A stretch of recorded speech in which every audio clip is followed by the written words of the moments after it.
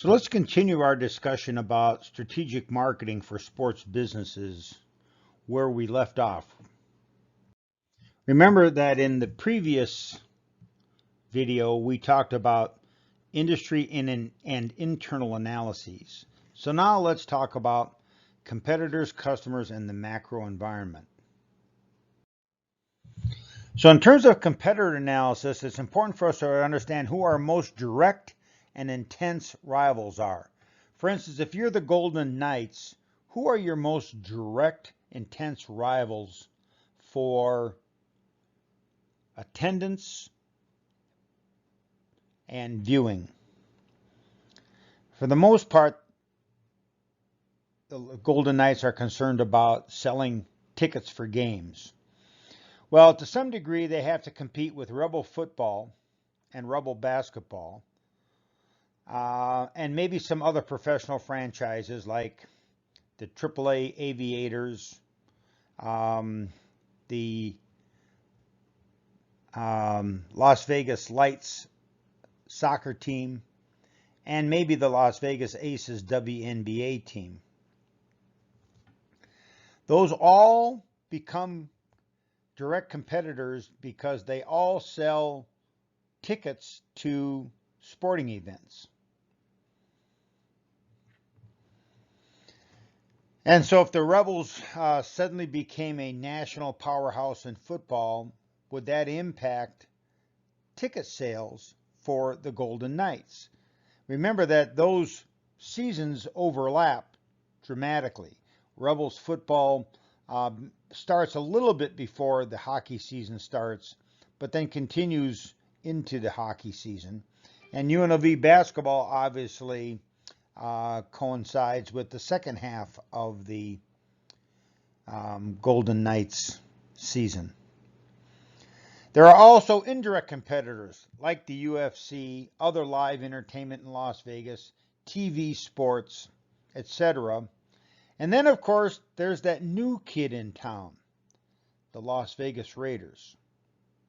One of the questions that the Golden Knights have to ask themselves is, how is having the Raiders in town going to impact their business?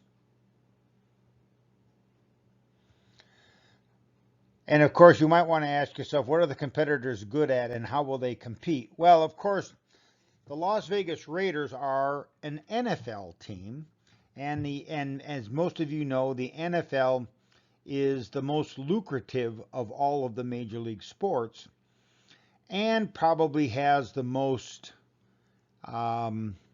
fans and the most interest. And so one of the ways that the Las Vegas Raiders will compete immediately with the Vegas Golden Knights is that they are, in fact, an NFL franchise. The question is, can they attract the Las Vegas Golden Knights customers? That is, can they take some of the interest and some of the ticket sales from the Golden Knights and end up with the Las Vegas Raiders? Of course, the converse is also true. The other question is, can the Golden Knights attract some of the Las Vegas Raiders customers? It also needed to be focused on the competitive landscape, like we just talked about, a potential new franchise, or maybe even new sports like esports. How does the esports landscape impact the Vegas Golden Knights' ability to get people to watch their broadcasts and buy individual and season tickets? And then there are other even more indirect competitors, like makers of substitutes and other kinds of live entertainment, even as far as the Smith Center for the Performing Arts, as an example. Here I have an example of a football scouting report on one side and a business scouting report on the other side when we're talking about scouting some of the competition and what they're good at and what they're not good at. The next step is the customer analysis, and we're going to go into some detailed discussions on the customer analysis, and you can see chapters 4 and 5 in your textbook.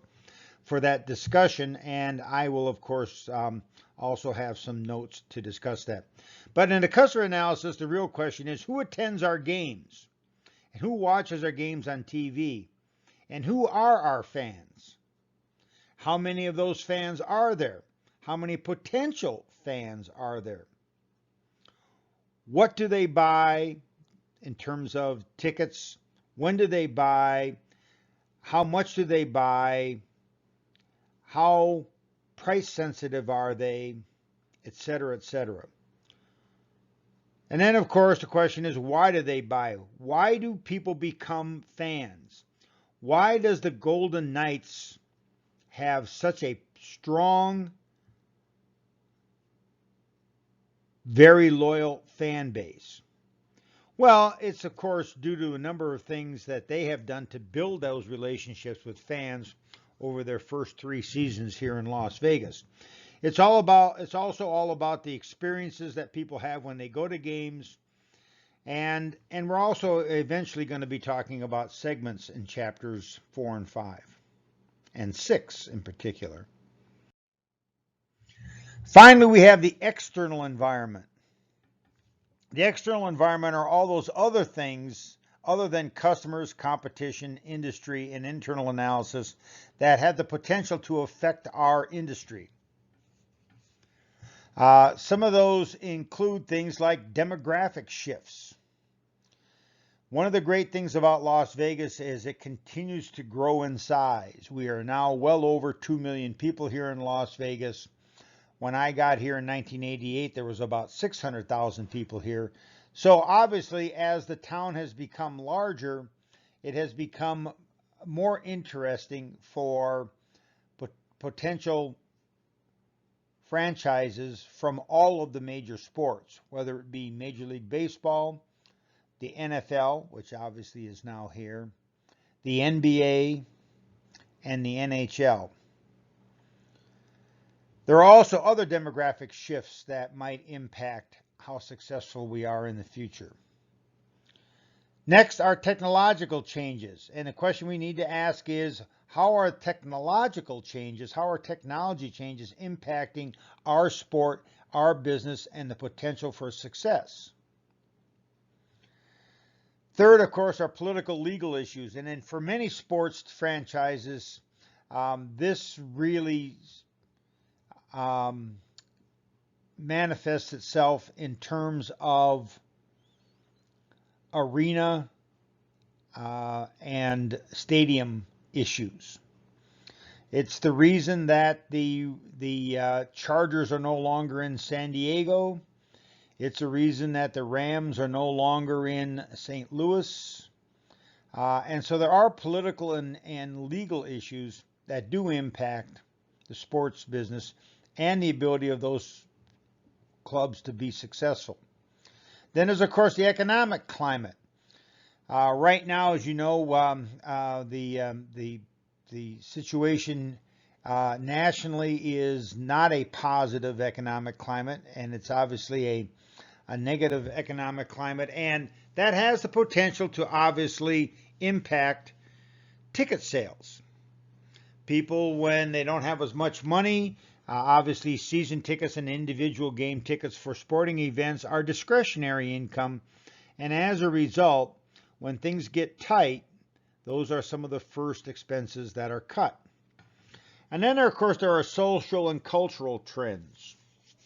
And the social and cultural trends also impact your sport and your business, and as a result, your firm's ability to be successful in that environment. So we need to understand the external environment or the macro environment in which the franchise is operating. The end result, of course, from these 5 analyses is what's referred to as the SWOT. Internally, strengths and weaknesses, and externally, opportunities and threats. In summary, in terms of sports teams, the situation analysis is very much like a scouting report in that it provides the coach with inputs into developing a game plan. Its value is based in large part on its accuracy. The same is true for the situation analysis. It does the same thing. It provides input into developing a strategic game plan for the franchise. Once again, its value is based in large part on its accuracy. The basic idea of the situation analysis is for it to provide input to make better decisions and for the organization to increase its chances of being successful. Fail to plan, plan to fail.